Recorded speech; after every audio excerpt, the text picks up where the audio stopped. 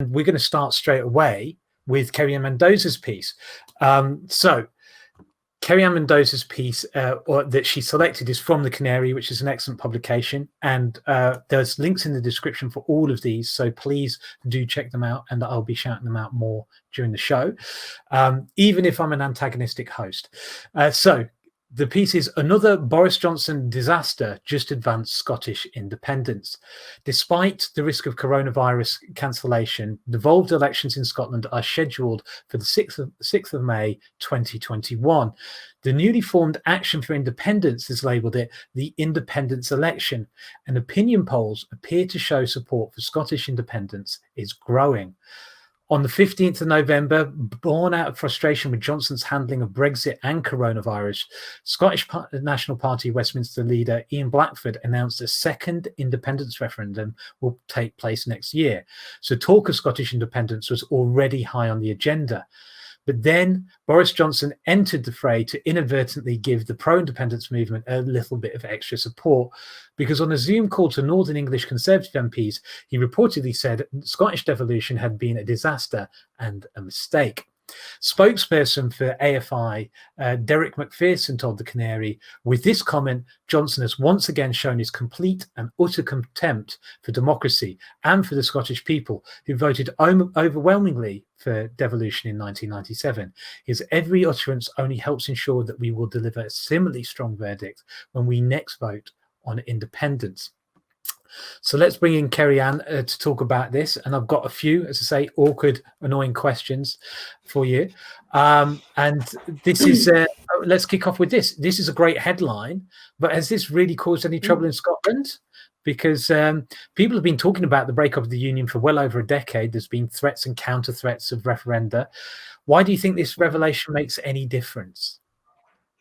Well, I think first I'd categorise this. This is a trending story. So the purpose of a trending story at the Canary is to kind of capture a theme and a moment and communicate it to a mass audience. It's not an investigation. It's not an analysis piece. So that's the reason for the sort of the tone.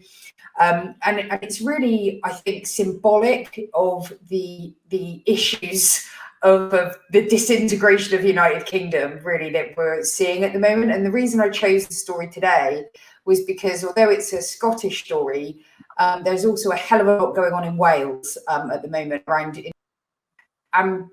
There are parallel experiences in the sense that, you know, one of the struggles that the English working class has at the moment is it's sort of bought into the narrative that there is no alternative, either to capitalism or to the Westminster system of politics.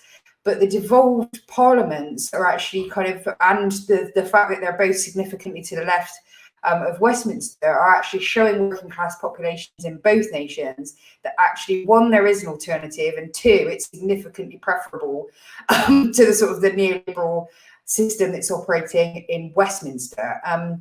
So yeah, it's very exciting times. And I should say I've moved last year from living in Bristol in the west of England over into the valleys of Wales.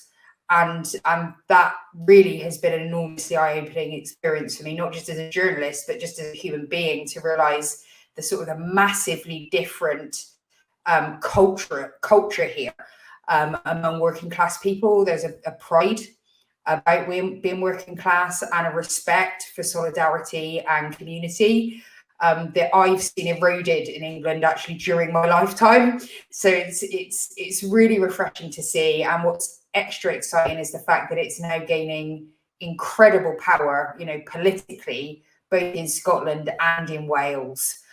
You know, because the way I look at it, I think the left in England often see the idea of an independent Scotland and an independent Wales as sort of the end of socialism in England. That's it, guys. You know, you're running off, you're abandoning us. How are we going to defeat the Tories without you? But I think what they're failing to think about is the lesson of there is an alternative. Because if you have a thriving socialist Scotland, north of England, and a thriving socialist Wales, west of England, there you have, right on your borders, two fully functioning, successful socialist nations.